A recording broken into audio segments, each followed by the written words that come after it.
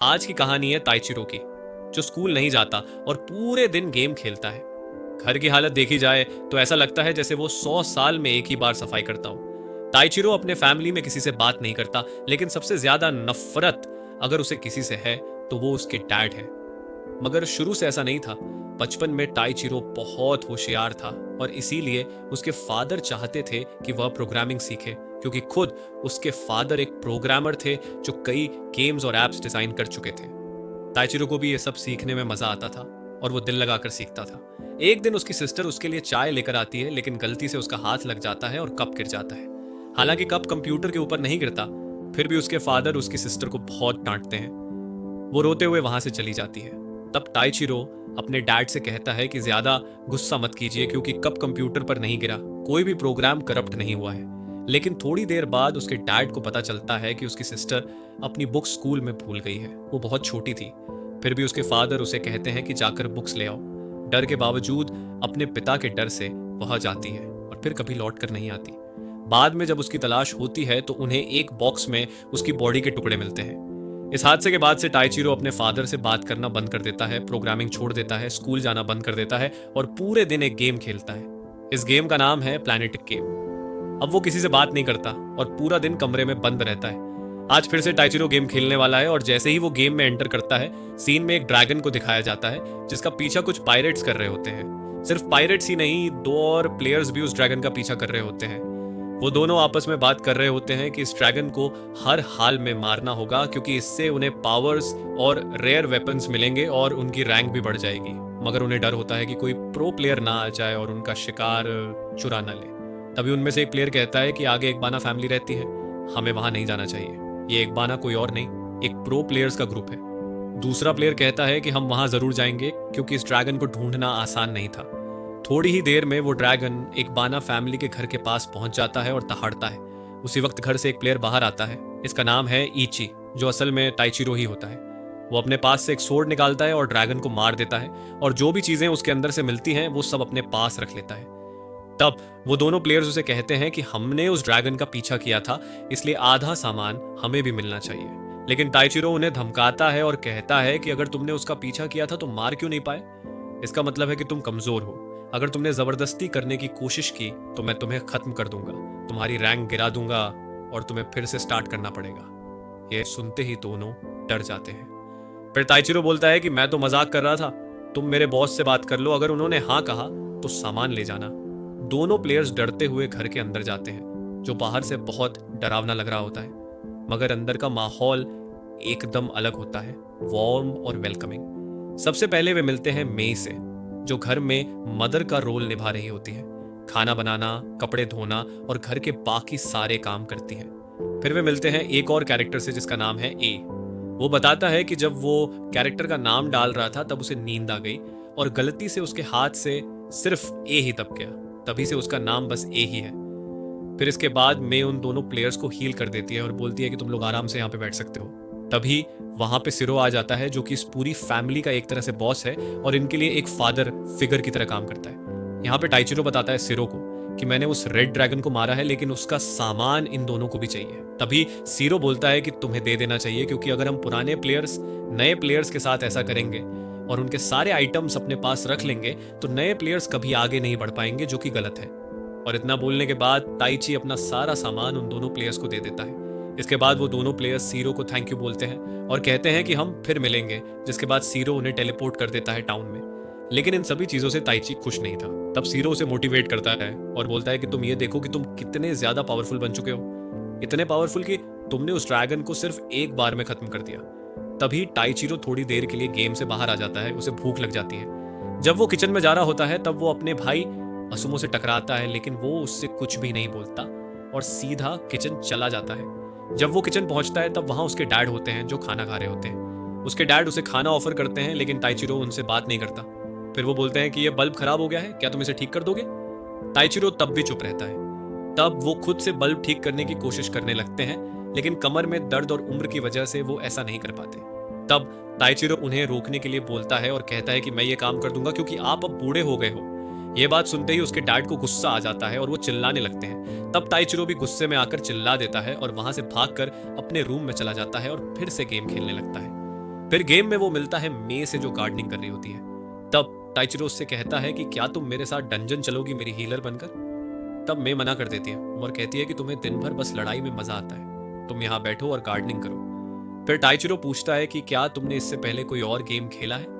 तब मे बताती है कि नहीं, ये मेरा पहला गेम है और इससे पहले मैंने कोई भी गेम नहीं खेला, लेकिन मुझे इसमें बहुत मजा आ रहा है क्योंकि तुम सब मेरे लिए एक फैमिली जैसे हो। तभी वहां ए आता है और ताइची और मे को अंदर बुलाता है। जब वो दोनों अंदर जाते हैं तो देखते हैं कि उन्हें एक लेटर मिला है पायरेट्स की तरफ से, जिसमें उन्हें फाइट के लिए चैलेंज किया गया है।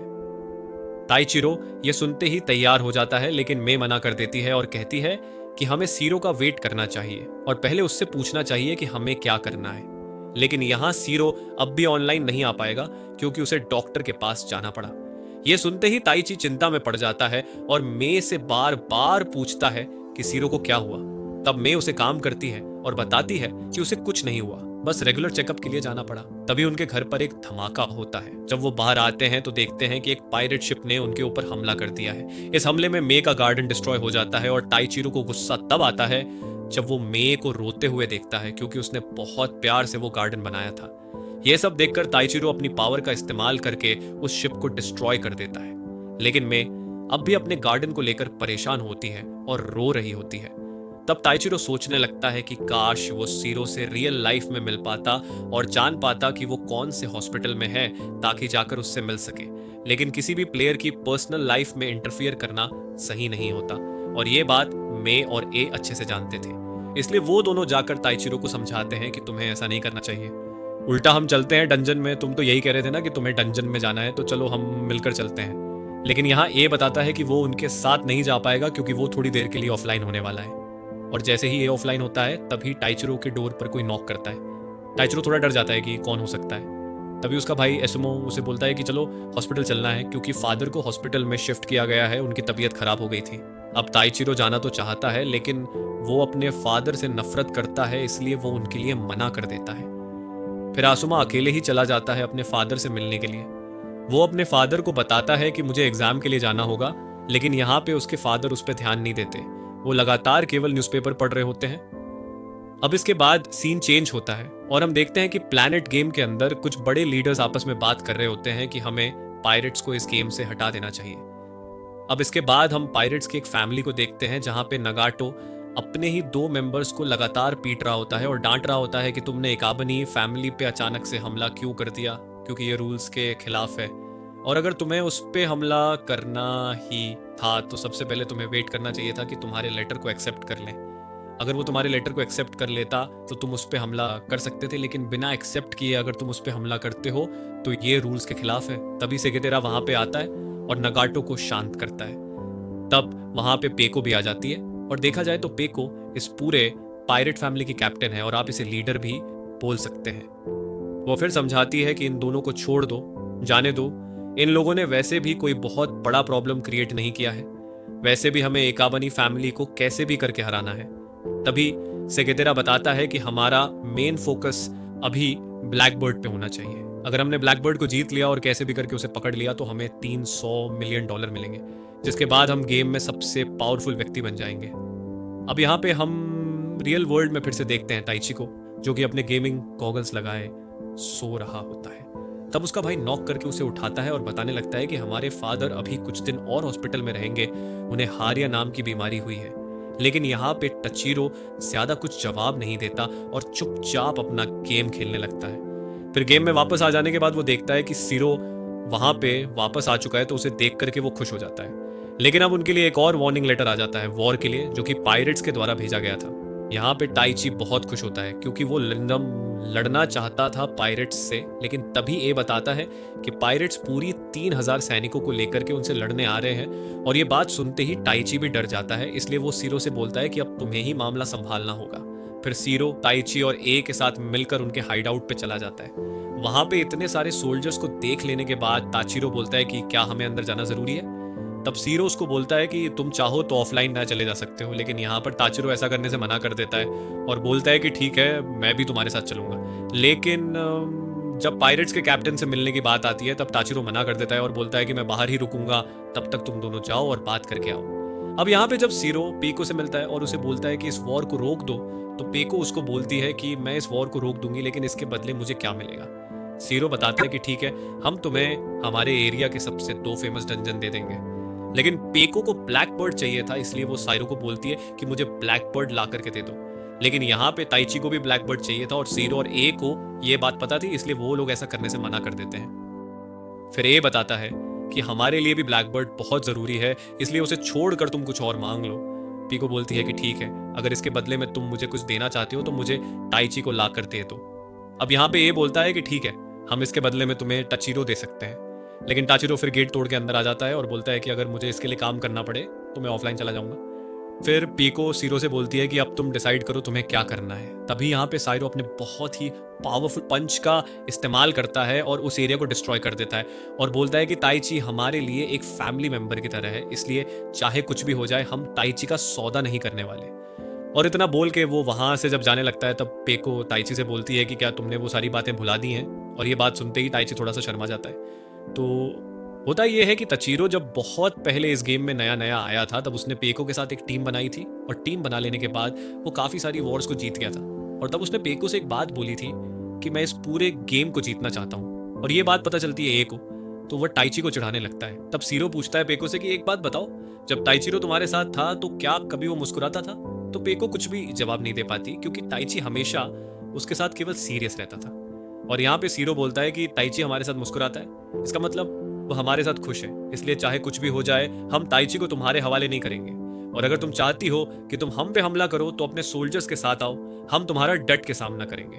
और फिर साइरो के वहां से चले जाने के बाद पेको फिर से कितेरा से बोलती है कि अब हमें इन पे हमला करना होगा। अब यहाँ पे सीरो जब अपने घर पे आता है तो वो देखता है कि उनके पास काफी सारे वार्निंग लेटर्स आए हुए हैं वॉर के। लेकिन यहाँ पे साइरो भी थोड़ा डरा हुआ था क्योंकि 3000 सोल्जर से लड़ना कोई आम बात नहीं है। और फिर मैं बोलती है कि हम एक काम कर सकते हैं, हम क्यों ना एक कवच बना दे अपने घर के आसपास। तब ये बताता है कि हम ऐसा कर तो सकते हैं लेकिन यहाँ से ये काम मुमकिन नहीं है। तब यहाँ पे टाइची और ए एक डिवाइस को लेकर के चले जाते हैं पहाड़ पे लगाने के लिए। इस डिवाइस को एक्टिवेट कर देने के बाद उनके घर के आसपास एक बैरियर बन जाएगा। तब रास्ते में ए बताता है ताइची को कि हमें इस गेम को ज्यादा सीरियसली नहीं लेना चाहिए क्योंकि हम इस गेम को कब तक खेल पाएंगे। तब यहाँ पर टाइचिरो ए से बोलता है कि तुम्हें इस गेम को सीरियसली लेना चाहिए क्योंकि तुम इस गेम को कभी सीरियस नहीं लेते हो, जिसकी वजह से तुम फैमिली में सबसे ज्यादा कमजोर हो। और इतना बोलने के बाद वो ऑफलाइन चला जाता है। अब यहाँ पे टाइचिरो को लगती है भूख, तो वो किचन में जाता है, फ्रिज में देखता है लेकिन कुछ भी खाने को नहीं मिलता। तब उसका भाई असुमो भी वहां आ जाता है। वो बोलता है कि ठीक है, मैं तुम्हारे लिए कुछ खाने को बना देता हूँ। खाना बनाते समय असुमो उससे पूछता है कि तुम्हें खाने में क्या पसंद है, लेकिन यहाँ पे ताइचिरो कोई जवाब नहीं देता। जब असुमो खाना उसके सामने रख देता है तो वो उसे बताता है कि मैंने तुम्हारे लिए एक जॉब ढूंढी है क्योंकि तुम पूरे दिन बस रूम में बंद रहते हो और केवल गेम खेलते रहते हो। इससे अच्छा है कि तुम बाहर की दुनिया से थोड़ा जुड़ो और कोई काम करो जिससे पैसे भी कमा सको। लेकिन इतना सुनते ही टाइचिरो गुस्से में आ जाता है और खाना वहीं आधा छोड़कर वापस गेम खेलने चला जाता है। जब वो गेम में वापस आता है तो देखता है कि ए भी वहीं खड़ा है क्योंकि ए भी थोड़ी देर के लिए ऑफलाइन चला गया था। तभी उन्हें कई सारे धमाकों की आवाज आती है और वो लोग समझ जाते हैं कि पायरेट्स ने उनके घर पर हमला कर दिया है। अब यहाँ पर साइरो और मे अकेले ही पायरेट्स की पूरी शिप से लड़ रहे होते हैं और साइरो की पावर इतनी ज्यादा होती है कि वो अकेले ही पायरेट्स की पूरी शिप को डिस्ट्रॉय कर देता है। जब ताइचिरो और ए वहां पहुंचते हैं तो मे उन्हें बताती है कि अकेले सीरो ने काफी सारे पायरेट्स की शिप्स को डिस्ट्रॉय कर दिया। लेकिन सीरो कहता है कि खुश होने वाली कोई बात नहीं है क्योंकि अभी कई और पायरेट्स के ग्रुप्स आएंगे जो इनसे भी ज्यादा पावरफुल होंगे। लेकिन अभी के लिए तुम्हें इनसे मिलना चाहिए। इसका नाम है लियो, जिसके चेहरे पर नंबर बना हुआ है। इसने हमारी मदद की थी इन पायरेट्स ग्रुप्स को हराने में और ये लोग ग्रेनाडा ग्रुप से हैं। असल में ये लोग इन्हें पायरेट्स से वॉर्न करने और बचाने आए होते हैं। लेकिन ताइचिरो को इन पर शक हो जाता है। उसे लगता है कि ये भी ब्लैक बर्ड के पीछे हैं, इसलिए मदद कर रहे हैं। फिर यह पता चलता है कि ब्लैक बर्ड एक बहुत ही रेयर बर्ड है जो किसी भी डंजन में हो सकता है और अगर कोई भी ग्रुप इस ब्लैक बर्ड को ढूंढ निकाले तो उसे उसकी कीमत रियल लाइफ में भी मिलेगी। यही कारण है कि हर एक ग्रुप को ब्लैक बर्ड चाहिए। तब ताइचिरो को लियो पर शक होता है, लेकिन लियो कहता है हम पर शक मत करो क्योंकि हम तुम्हें कोई नुकसान नहीं पहुंचाएंगे और हमें ब्लैक बर्ड से कोई मतलब नहीं है। इकाबानी फैमिली हमारी शुरुआत से मदद करती आई है। जब भी उन्हें कोई ड्रैगन मिला है तो उसे मारने के बाद जो सामान मिला है वो हमें भी दिया है। उसी के बदले में हम तुम्हारी मदद करना चाहते हैं। लेकिन ताइचिरो को अभी भी उन पर शक रहता है। तब साइरो कहता है कि उन पर शक करना छोड़ दो, वो लोग हमारी मदद शुरू से करते आए हैं और मुझे उन पर पूरा भरोसा है। फिर साइरो एक बहुत बड़ा बैरियर एक्टिवेट कर देता है और बताता है कि हम इस बैरियर के अंदर केवल 2 महीने तक ही छुप सकते हैं, क्योंकि उसके बाद ये कमजोर हो जाएगा और हमें यहाँ से निकलना होगा। तब मे बोलती है कि हमें देरी नहीं करनी चाहिए और जल्दी से जल्दी ब्लैक बर्ड को ढूंढना चाहिए। ताइचिरो से पूछता है, अगर तुम्हें ब्लैक बर्ड मिल गया तो इतने पैसों का क्या करोगे? ताइचिरो कहता है, फिर मैं कभी अपने घर से बाहर नहीं निकलूंगा और पूरे दिन गेम खेलूंगा। फिर वो दोनों साइरो से पूछते हैं, क्या तुम इस चीज में इंटरेस्टेड नहीं हो? सीरो बताता है, मैं भी इंटरेस्टेड हूं, मुझे भी वो ब्लैक बर्ड चाहिए ताकि मेरे पास भी खूब सारा पैसा आ जाए। लेकिन मे बोलती है, मुझे पैसे से कोई मतलब नहीं, मुझे बस चाहिए कि मेरी गेम की फैमिली एक साथ रहे। जब ये लोग अपने घर वापस आते हैं तो देखते हैं कि उनका घर पूरी तरह से डिस्ट्रॉय हो चुका है। अब इधर हम लियो को देखते हैं, जो जाकर पेको से सीधा बात कर रहा होता है और कहता है, एक फैमिली पर हमला करना बंद कर दो, नहीं तो अगर तुमने लगातार उन पर हमला किया तो हमें भी एक्शन लेना होगा। पेको बोलती है, पहली बात तो किसी पर हमला करना रूल्स के खिलाफ नहीं है, ऊपर से हमने उन्हें वार्निंग लेटर भी भेजा था और उन्होंने खुद इस वॉर को एक्सेप्ट किया है। इतना बोलते ही वो लियो का गला काट देती है और वहां से चली जाती है। लेकिन लियो मरा नहीं होता और अपने साथी से कहता है, सब कुछ मेरे प्लान के अकॉर्डिंग चल रहा है। अब यहां पर ताइचिरो की नजर जाती है एक ब्लैक फेदर पर, और केवल उसकी ही नहीं बल्कि बाकी सभी मेंबर्स की नजर जाती है उस ब्लैक थिक फेदर पर। सब मिलकर एक टॉर्नेडो क्रिएट कर रहे होते हैं जो इतना बड़ा होता है कि उसे देखकर सब डर जाते हैं। सभी को यह समझ में आ जाता है कि यह ब्लैक बर्ड की पावर है, लेकिन किसी को यह समझ नहीं आ रहा होता कि ब्लैक बर्ड अचानक से उनके सामने कैसे आ गया। अब यहाँ पे सभी फेदर्स मिलकर के एक ड्रैगन का शेप ले लेते हैं और वही ड्रैगन बन जाते हैं जिसे टाइची ने पहले एलिमिनेट किया था। अब इन लोगों के पास ब्लैक बर्ड को खत्म करने का एक मौका होता है, इसलिए सभी अपना आर्मर पहनते हैं और उसकी तरफ बढ़ जाते हैं। टाइची सबसे पहले अटैक करता है, लेकिन उसके हमले का कोई असर नहीं होता। तब सेरो बोलता है कि हमें मिलकर हमला करना होगा, मैं ऊपर से अटैक करता हूं और तुम नीचे से करना। और इसके बाद सीरो एक बहुत ही पावरफुल पंच मारता है उस ड्रैगन के ऊपर, लेकिन उसका ये पंच भी बेअसर साबित होता है। तभी मे चिल्ला के बोलती है कि पायरेट्स हम पे हमला करने के लिए आ गए हैं, लेकिन देखा जाता है कि कोई भी पायरेट उन पर अटैक नहीं कर रहा होता। सीरो तब कहता है, उनके डिस्ट्रैक्शन में मत फंसो, अभी हमें सिर्फ इस ड्रैगन को हराना है।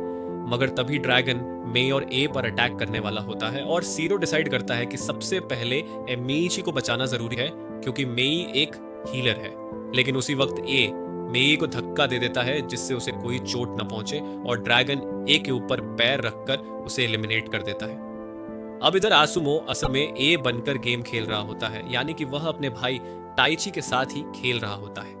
लेकिन तभी उसके गॉगल्स अचानक गिर जाते हैं और उसके सिर से एक तेज लाइट निकलती है, जिसके बाद वो वहीं बेहोश हो जाता है। उस लाइट की आवाज ताइची को भी सुनाई देती है, लेकिन ताइची उस पर ध्यान नहीं देता क्योंकि वो अभी भी गेम में बिजी होता है।